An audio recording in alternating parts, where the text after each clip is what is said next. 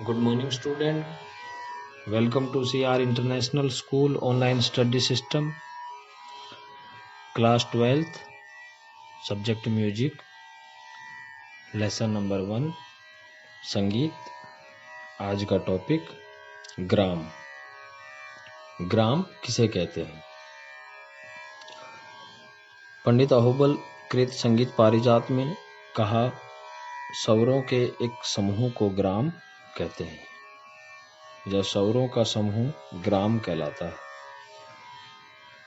ग्राम स्वरों के एक समूह को कहते हैं जो मूर्छनाओं का आश्रय हो, अर्थात जिसमें मूर्छनाएं रहती हो, जिस पर निर्भर करती हो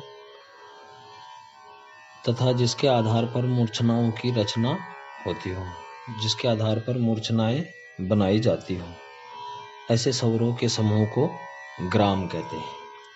जिस प्रकार विभिन्न परिवार मिलजुल कर एक गांव बनाते हैं, उसी प्रकार ग्राम से श्रुति और श्रुति से स्वर का निर्माण होता है। ग्राम 3 प्रकार के होते हैं, षडज ग्राम, मध्यम ग्राम और गांधार ग्राम।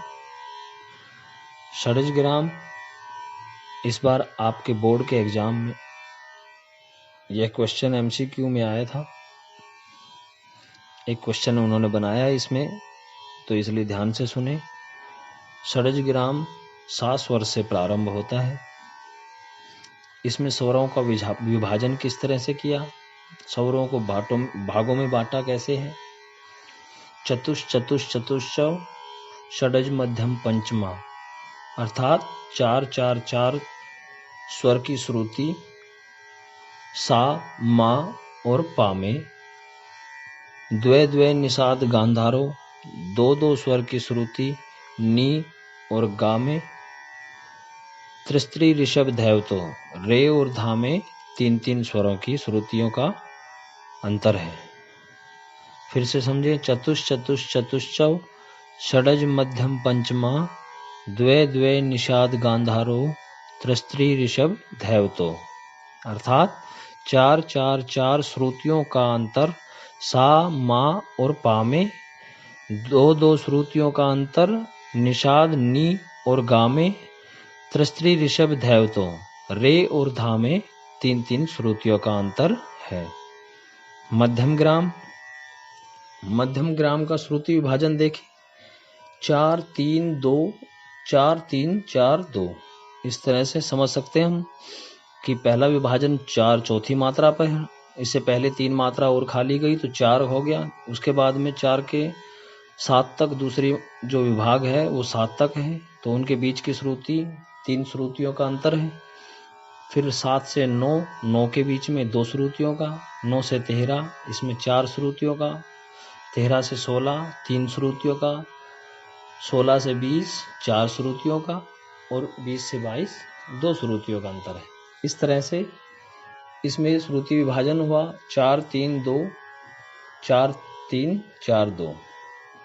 और इस बार जो बोर्ड के एग्जाम में आया वो षडज ग्राम से आया था, 4-3-2, 4-4-3-2। गांधार ग्राम के बारे में। गांधार ग्राम के विषय में संगीतज्ञों की ज्यादा राय नहीं है। उनके अनुसार यह ग्राम भूलोक से उठकर स्वर्ग लोक में स्थित हो गया। ऐसा उनका मानना है संगीतज्ञों का कि इस ग्राम को स्वर्ग लोकवासी ले गए और वहाँ के संगीत में इसे अपनाया जाने लगा। वास्तव में यह निषाद ग्राम था, लेकिन इसे गंधर्व लोग प्रयोग करते हैं, इसलिए इसका नाम गंधर्व पड़ गया। संगीत के इतिहास में मध्यकाल में मध्यम ग्राम का लोप हो गया। अब वर्तमान में आधुनिक काल में सिर्फ एक ही ग्राम षडज ग्राम प्रचार में रह गया, बाकी दोनों ग्राम का लोप हो गया। Stay home, stay safe.